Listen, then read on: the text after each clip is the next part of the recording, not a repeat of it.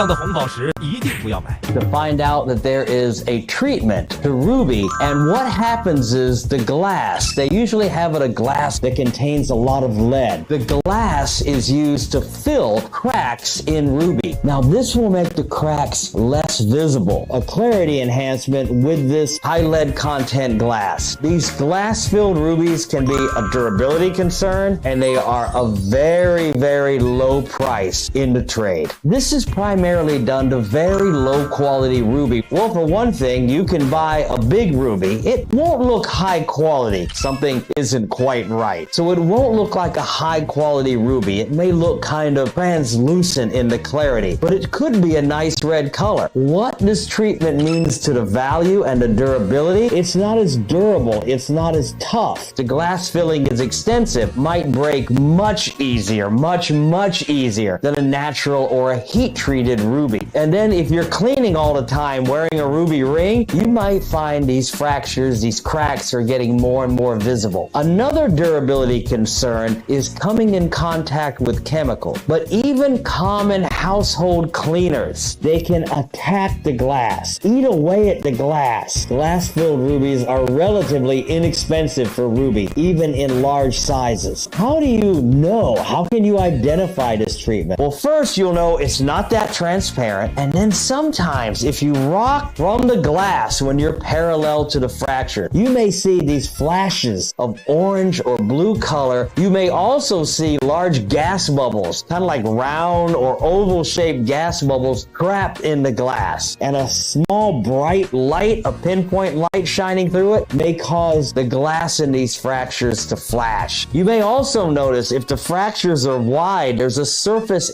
area of the glass that's a lower luster than the ruby. So these are tricks that you might visually detect this treatment. But to be sure, 如果你还想学习了解更多财宝鉴定知识，欢迎评论。